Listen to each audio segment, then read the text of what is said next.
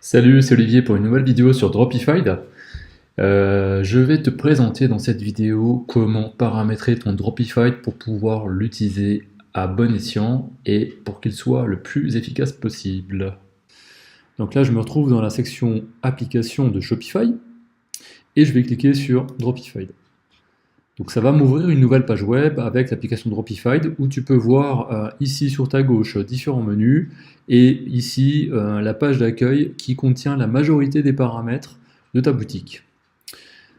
Donc je commence peut-être par la gauche. Ici, tu vas pouvoir rencontrer en fait les différents endroits où tu vas stocker tes produits, à savoir que quand tu vas aller sur AliExpress, tu vas pouvoir importer tes produits grâce à l'extension et c'est ici qui vont se stocker.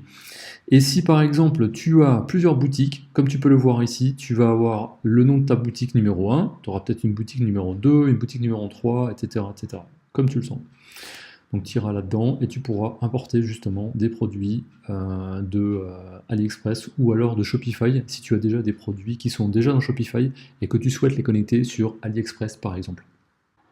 Ici, il y a les fameux tableaux. Franchement, je ne vais pas t'expliquer parce que justement, je ne l'utilise jamais, je ne vois pas l'intérêt de ce tableau-là. Si tu penses que c'est un intérêt parce que tu auras découvert sa fonctionnalité, n'hésite pas à me donner ton avis, à m'expliquer la fonctionnalité que tu auras choisie sur la page Facebook Dropified France. Ici, il y a une page pour gérer les bulks. Alors les bulks, c'est une tuerie parce que les bulks, en clair, c'est quoi? Les bulks, c'est par exemple, tu décides de vendre sur ta boutique Shopify un produit, par exemple, tu vas vendre une montre, et puis tu veux aussi proposer un étui pour ranger ta montre. Donc quand tu vas commencer à regarder sur AliExpress, peut-être que tu ne vas pas trouver l'étui qui te plaît vachement avec la montre que tu souhaites mettre en vente. Donc tu vas peut-être devoir trouver deux fournisseurs différents, deux produits différents sur AliExpress, un produit pour la montre et un produit pour ton étui. Mais tu veux quand même que quand ton client achète cet ensemble des deux produits sur Shopify, tu peux lui faire un pack, donc tu lui dis ok, je te vends une montre, par contre si tu achètes ma boîte, mon étui en plus, je te fais un prix spécial et du coup tu vas motiver le client à augmenter la taille de son panier moyen en lui vendant justement cet ensemble. Pour pouvoir te faciliter la tâche et commander au final la montre plus l'étui en un coup, tu vas créer un bulk. Un bulk, donc c'est un ensemble de deux produits et tu vas connecter en fait ton produit Shopify, ton ensemble de produits Shopify, vers deux produits AliExpress. Et c'est donc cette fonction bulk qui te permettra de manager cet ensemble. Donc je te montrerai aussi la fonction dans une autre vidéo. Ici, c'est typiquement la case dans laquelle tu vas pouvoir voir la liste de tous tes ordres à passer une fois que ton client a fait un achat sur ta boutique. On verra plus tard aussi. Ici, tu as le tracking. Donc le tracking, c'est quoi? Finalement, quand tu vas passer tes ordres, tu vas donc commander ton produit sur AliExpress. Et ensuite, quand ton fournisseur AliExpress va te dire « Ok, ton produit, il a été envoyé », sur AliExpress, il y a un changement de statut qui sera fait, et c'est grâce à ce changement de statut qu'en fait, on va pouvoir récupérer en automatique le tracking number de ta commande. Et le tracking number de ta commande va se noter ici, et cette information, quand elle sera fulfillée, on va dire ça comme ça, ce tracking number va remonter dans Shopify, et si tu as bien programmé les notifications, le client aura un mail de notification dans lequel il y aura noté que sa commande a bien été expédiée et qu'il peut la suivre via ce tracking number. Voilà, donc ça c'est une interface qui est vraiment vraiment top. Et dès lors que ton tracking number est fait, ça veut dire que le produit, le produit est considéré comme il va ressortir de la liste, il sera fulfillé en fait. Ici, c'est toute la partie alerte, on verra aussi plus tard. La partie alerte, en fait, elle permet de collecter des feedbacks des fournisseurs en disant attention, si le produit que tu as ajouté dans ma boutique un peu plus tôt, il a changé de prix. Ou alors, attention, il n'y a plus de stock disponible sur AliExpress. Voilà, c'est typiquement des informations que tu vas pouvoir collecter via cette fonction alerte. Ici, tu vas retrouver une base de données Dropified où tu vas retrouver des vidéos tutoriels en anglais et tu vas pouvoir, si tu maîtrises l'anglais, tu vas pouvoir les visionner. Elles sont vraiment intéressantes et elles sont régulièrement mises à jour. Donc tu vas pouvoir te rendre compte de différentes améliorations que Dropified met en place. Et franchement, il en fait tellement régulièrement que c'est juste pour ça que Dropified est bien plus puissant que Oberlo. Et ils sont constamment dans l'innovation. Et à chaque fois que tu as une vidéo, c'est parce qu'ils ont rajouté une fonctionnalité. Et franchement, ça n'arrête pas. C'est vraiment top. Ici, tu as un petit lien pour pouvoir profiter de 21 jours d'essai gratuit sur Shopify. Ici, il y a un groupe Slake. Les groupes Slake, en fait, c'est des groupes c'est une espèce de Facebook pour pouvoir faire des échanges sur des feedbacks. C'est notamment dans ce groupe-là que tu vas pouvoir en fait dire à Shopify, à Dropified, tu vas leur poser des questions, tu vas aussi pouvoir leur demander comment on fait ci, comment on fait ça, et tu vas aussi pouvoir proposer des idées. Moi, à la limite, je te conseille de passer par la page Dropified France pour pouvoir me proposer des nouvelles idées. Et ensuite, on fera peut-être ce que je pense faire, c'est que on va un jour faire une collecte en groupe des différentes idées proposées par les différentes personnes pour pouvoir prioriser les idées qui sont le plus souvent proposées. Et ensuite, je vais envoyer un fichier à Chase, le CIO de Dropified, pour pouvoir lui dire, voilà, la communauté française, elle vient en force avec telle et telle idée, et voilà ce qu'on te propose. Et maintenant, propose-nous des délais pour pouvoir implémenter ça sur place. Ici, donc bon, tu vois, comme tu peux voir, j'ai un petit problème de serveur a priori parce que je n'ai pas créé mon compte Slake pour le coup. Donc quand tu as ton compte Slake qui est créé, tout simplement en te connectant, tout simplement, tu vas pouvoir rentrer dans cette communauté. Si tu as un problème avec Dropified, je te conseille vivement ici de cliquer sur le chat et de leur envoyer des messages. Les personnes qui sont ici sont piquées, c'est-à-dire qu'en fait, elles répondent assez vite et elles te répondent aussi très rapidement et avec beaucoup de pertinence.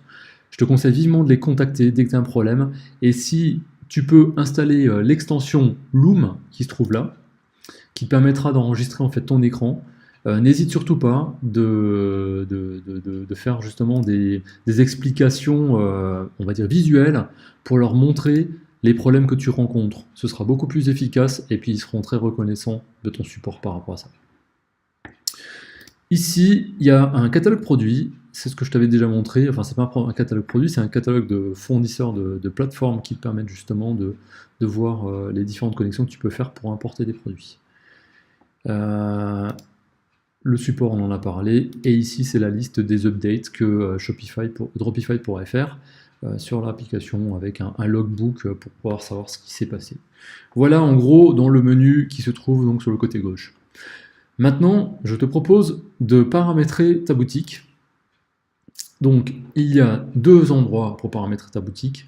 La première, on va commencer par ici, c'est la petite roue ici.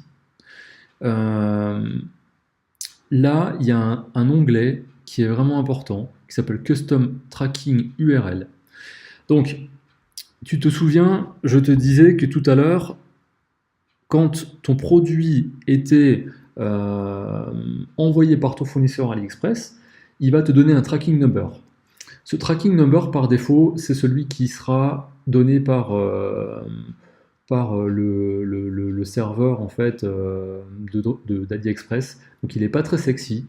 Ici, tu vas pouvoir en fait customiser en mettant des URL comme par exemple Aftership. Moi je trouve qu'il est vraiment cool ce rendu là. Donc il suffit de cliquer dessus et tu verras que donc l'URL qui est ici tu auras le tracking number qui va se mettre en place et ton client en fait il aura dans Shopify, dans le mail de notification, il va recevoir finalement tout ce lien là. Et donc du coup en cliquant sur ce lien là, il aura comme une page assez sexy où il va pouvoir suivre ses commandes. Il y en a un autre qui est vraiment bien aussi, c'est Canio. Canio, je te le conseille également. Il est vraiment intéressant. Et je trouve que même que Canio, il a un petit peu, il a même un peu plus de détails que Aftership.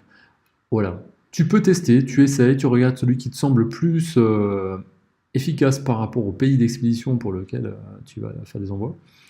Et donc n'hésite pas à les tester. Pour ça, il suffit de prendre le lien qui est là, et puis tu mets ton numéro de tracking number derrière, et tu le colles dans ton explorateur en haut. Donc ça, c'est la première installation que tu peux faire sur ta boutique. Donc je précise que ici, tu vois, cette URL-là, tu le feras à chaque fois que tu as une boutique. Par exemple, si j'ai une boutique française, je vais peut-être pas forcément mettre le même URL que si j'ai une boutique américaine, parce que les systèmes de shipment ne sont pas forcément les mêmes et les informations ne sont pas forcément les mêmes. Donc il y aura peut-être une plateforme qui sera mieux qu'une autre. Donc n'hésite pas à vérifier l'URL d'un shop et l'URL d'un autre shop.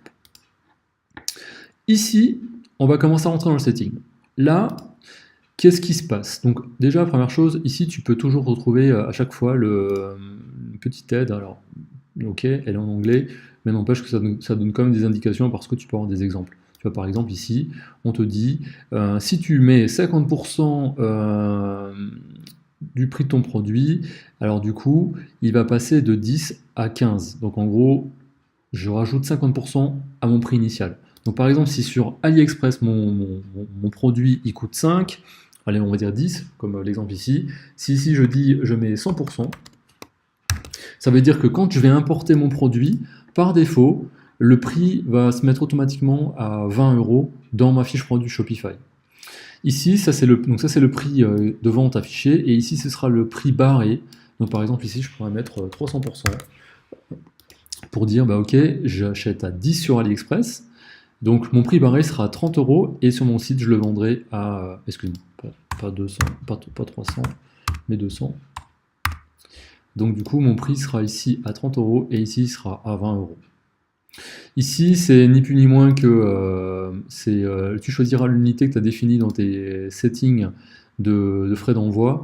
En fait, tout simplement, c'est pour dire, par exemple, si tu veux faire du free shipping, ici je vais mettre 0 par exemple, et à chaque fois que je vais importer un produit d'AliExpress, par défaut, on va me proposer ça, je pourrais toujours le modifier après par la suite, il n'y a pas de souci. D'ailleurs, si je ne me trompe pas, on est en kilogrammes et on met 0. Ça, j'ai un doute. Ah oui, voilà, c'est l'arrondi. Donc l'arrondi, par exemple, imaginons que tu importes ton produit à 10 € et que tu le vends à 20 €. Et ben, par exemple, tu peux toujours mettre, le point 95, donc il va t'afficher 20 €.95 par défaut. Ici, par exemple, je pourrais faire la même chose pour le prix comparé, qui est ici le prix pareil. Donc tu verras plus tard, quand on va faire l'importation, tu comprendras mieux l'intérêt de ces paramètres-là. Ici, on peut mettre ici la description originale d'AliExpress, une description simplifiée que tu vas pouvoir paramétrer plus loin, ou alors une description customisée. Ça, c'est vraiment intéressant. Par exemple, tu peux créer un template. Par exemple, je sais pas, tu dis la description de mon produit. Description. Ici, on va mettre la taille. Ici, on va mettre l'usage. Et puis ici, un conseil. Et donc, à chaque fois, alors je sais pas, imaginons que je décide de mettre toujours ça en gras, celui-là en souligné, en italique, et celui-ci en souligné. Et qu'à chaque fois que, donc sur Shopify, je veux que ce visuel-là, ce standard-là, soit en fait mon standard. Et puis du coup, ça me permettrait de créer ce template-là, et donc de l'appeler, de l'utiliser à chaque fois que j'importerai un produit. Alors à toi après de remplir ici les caractéristiques, tes conseils sur l'utilisation, sur l'usage, pardon, et puis ici, je sais pas, un conseil sur la maintenance de ton appareil, par exemple. Ça, ce sera donc à faire, ça c'est du custom par produit, et ça c'est du générique, donc ce sera appelé à chaque fois. Voilà, donc moi je me casse pas la tête, j'ai un template déjà tout fait sur ma boutique, moi je prends vide, tout simplement, je me prends pas la tête, comme ça m'évite de faire des suppressions d'informations du site AliExpress. Et d'ailleurs, je te conseille, ne prends pas les descriptions AliExpress, parce que ça fait pas du tout professionnel, c'est vraiment pas, c'est pas du tout du copywriting qui va faire vendre en tout cas. Donc ne mets pas bêtement les informations qui viennent d'AliExpress.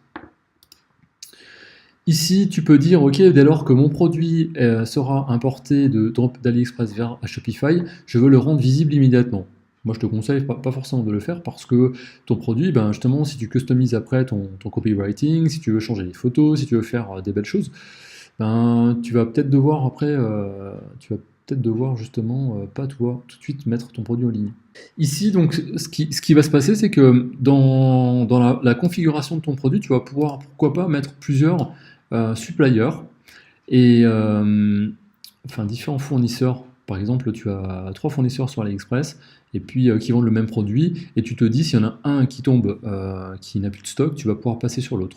Donc tu vas mettre en fait tu vas mettre un fournisseur principal et puis tu vas mettre 2 autres fournisseurs qui sont en backup, qui sont là pour remplacer les 2 premiers si jamais il y en a un, sur le premier, si jamais il y en a un qui serait en rupture de stock. Donc là, ça permet justement de changer en automatique d'un fournisseur par rapport à l'autre dans le cas où il y a une rupture de stock. Ici, ça c'est dans le cas où c'est les informations qui seront notées pour ton fournisseur. Donc ton fournisseur, quand tu vas commander, donc ton client commande sur ta boutique Shopify. Ensuite, tu vas aller sur Order, tu vas commander sur ton vendeur AliExpress grâce à Dropify, tu vas lui commander ton produit, le produit que ton client veut. Ici, tu vas pouvoir mettre un numéro. Moi, je te conseille de mettre ton numéro à toi pour éviter que, par exemple, ton fournisseur AliExpress appelle ton client. Et donc, par rapport à ça, tu vas utiliser cette section où tu customises le numéro de téléphone. Tu pourrais très bien aussi te dire, ben moi je veux toujours utiliser le numéro de téléphone de mon client. Donc dans ces cas-là, tu coches cette fonction-là. Ici, tu vas pouvoir mettre une note pour ton fournisseur AliExpress. Alors, ici, tu notes, alors j'ai pas forcément une phrase type tout de suite en tête qui me vient, mais please do not add invoice in the packet. Donc ici, je demande au fournisseur AliExpress de ne pas ajouter de facture dans le paquet pour que mon client ne puisse pas avoir la facture. Donc à chaque fois que je vais commander, on est d'accord, ça va noter ce message en automatique dans les cases commentaires de AliExpress. Donc ça, c'est dans le cas où le fournisseur propose ePacket comme méthode d'envoi. Si par exemple, tu n'as pas défini ta méthode d'envoi, par défaut, il va prendre ePacket pour faire l'envoi. Cette fonction, quand tu vas passer commande, tu vas cliquer sur un bouton je veux passer l'ordre, et en fait, quand l'ordre sera passé, donc quand ta commande sera passée sur AliExpress, l'objectif c'est que en fait, Dropify va marquer que ta commande a été traitée, et ça va sortir la commande de ton ordre, de ta liste order. Ça t'évitera de recommander le même produit une deuxième fois. Ici, c'est la partie, si le fournisseur te donne le tracking number, il te dit c'est bon, le colis est envoyé. Dans ces cas-là, si tu actives en enable, et je te conseille de le faire, il va envoyer automatiquement le tracking number justement en envoyant un email en automatique. Donc là, tu peux le laisser en mode automatique. Donc il y a Shopify qui enverra une notification contenant ton tracking number. Celui-ci, tu peux le laisser décoché. Tu peux tester. Moi, je l'utilise pas forcément. Je pourrais même pas t'expliquer d'ailleurs quelle est la différence. J'avais déjà testé, j'ai pas bien compris la différence. Ici, ça c'est vraiment important de le mettre. D'ailleurs, je te conseille de mettre les deux. En fait, tu te rendras compte que quand tu passes des commandes dans des pays comme les États-Unis et fraîchement en France, tu ne peux plus noter, en fait, tu dois noter les départements, par exemple pour la France. Et ces départements ne sont pas forcément notifiés, ne sont peut-être pas forcément notés par ton client. Et en cochant ces deux options-là, Dropify va en fait trouver les départements qui correspondent aux codes postaux et il va noter en automatique le formulaire AliExpress pour pouvoir remplir le formulaire entièrement. Sinon, la commande ne sera pas possible à passer.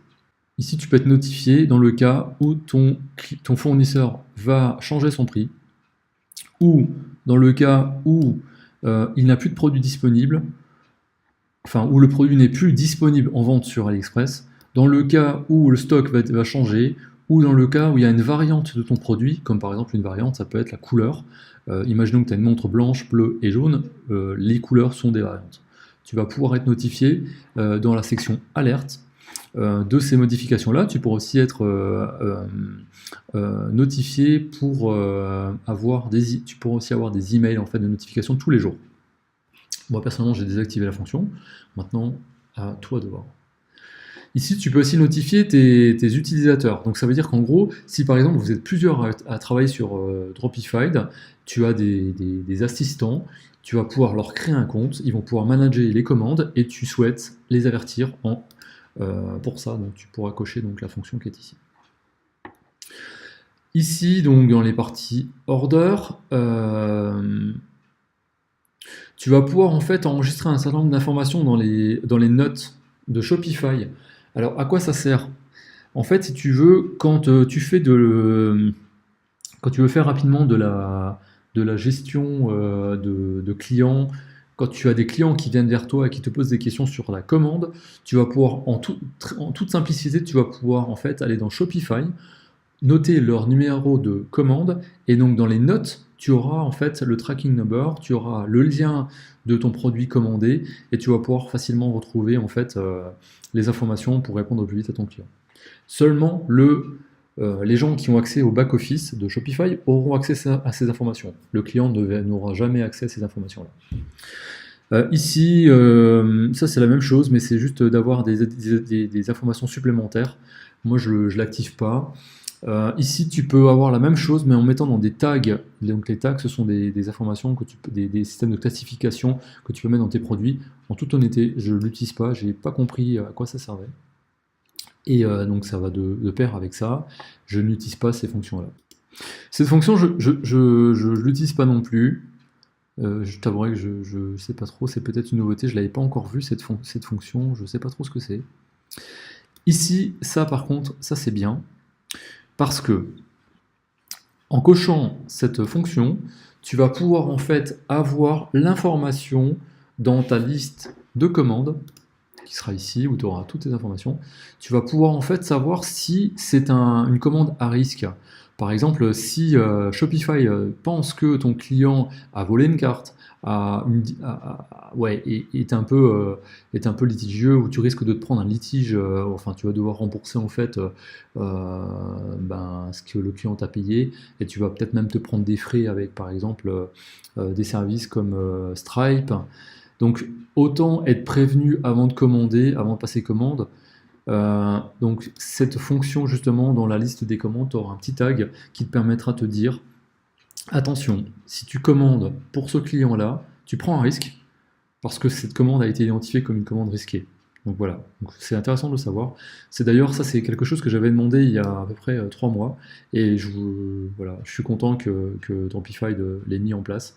Donc ça montre bien qu'ils sont très à l'écoute de leurs clients, et surtout ils sont vraiment constamment dans l'innovation.